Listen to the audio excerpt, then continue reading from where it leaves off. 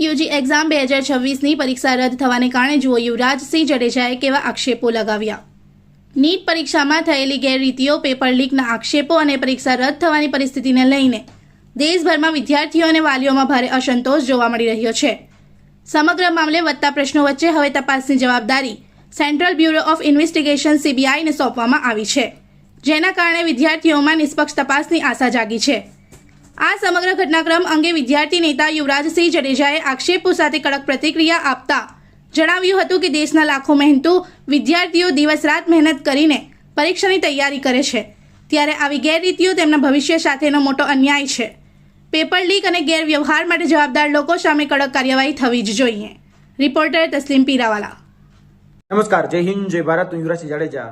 સમાચાર મળી રહ્યા છે કે 2026 નીટની જે પરીક્ષા હતી એ પરીક્ષાનું પેપર લીક થવાને કારણે પરીક્ષા રદ કરવાની નોબત આવી છે। નિર્ણય જે પરીક્ષા રદ ન કરવામાં આવ્યો છે એ આવકાર્ય છે, પરંતુ પ્રશ્ન એ છે કે ક્યાં સુધી આપણે પરીક્ષા રદ જ કર્યા રાખશું અને ક્યાં સુધી જે વિદ્યાર્થીઓના ભવિષ્ય સાથે જે ચેડા કરે છે એને છાવર્યા રાખશું। પરીક્ષા રદ એ ક્યારેય વિકલ્પ નથી। પરીક્ષા જેને કારણે પેપર લીક થયું છે, પેપરની અંદર કૌભાંડ, ભ્રષ્ટાચાર થયો છે, પેપર લીકેજના જે માફિયાઓ છે એને સજા જ્યાં સુધી નહીં મળે ને ત્યાં સુધી આનું સમાધાન નથી। આનું જો નિરાકરણ લાવવું હોય તો પેપર લીકેજના જે પણ માફિયાઓ છે એ કોઈ પણ પાર્ટી સાથે હોય, કોઈ પણ સમાજ સાથે હોય, કોઈ પણ પક્ષ સાથે હોય કે કોઈ પણ ધર્મ સાથે સંકળાયેલા હોય એને ઉપર ખરેખર સકંજો કસાવવો જોઈએ। એના ઉપર જો સકંજો કસાશે, એને ખરેખર દાખલારૂપ જો કાર્યવાહી થશે તો જ આ છાસવારે બંધી જે ઘટનાઓ છે એ બંધ થશે।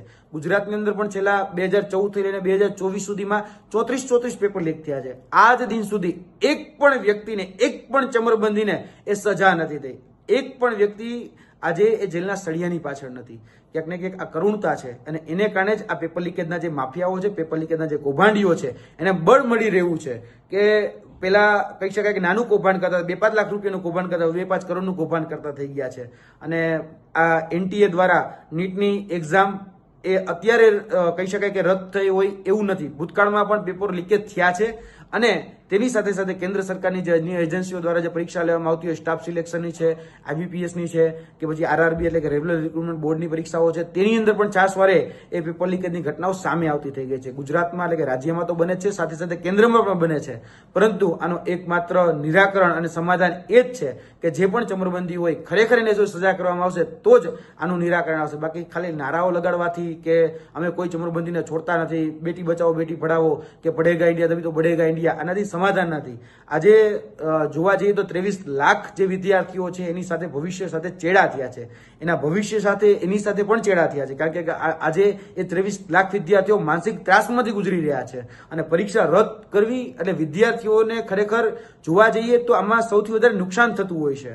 એટલે આ નુકસાનને કારણે વિદ્યાર્થીઓ જે છે એ ક્યાંક ને ક્યાંક માનસિક ત્રાસમાંથી નીકળતા હોય છે, તો એનું સમાધાન લાવવું જરૂરી છે। દરેક વખતે પેપર લીકેજની જે ઘટનાઓ છે અને દરેક વખતે જે પેપર લીકેજના જે માફિયાઓ છે, કૌભાંડીઓ છે, ભ્રષ્ટાચારીઓ છે, આપણે જે છાવરીએ છીએ એ છાવરોનું બંધ કરી દે। કોઈ પણ પાર્ટી, કોઈ પણ પક્ષ કે કોઈ પણ ધર્મ ના હોય એની ઉપર સખતમાં સખત અને કડકમાં કડક સજાનો જે દાખલો બેસાડીશું તો જ આ જે પેપર લીકેજના જે માફિયાઓ છે, કૌભાંડીઓ છે એને જો ખરેખર આપણે જેલના સળિયાની પાછળ મોકલીશું તો જ આનું સમાધાન છે, તો જ આનું નિરાકરણ છે। બાકી આ ઘટનાઓ એ વારંવાર પુનરાવર્તન થતું રહેશે। એટલે આનું નિરાકરણ લાવીએ। જય હિન્દ, જય ભારત।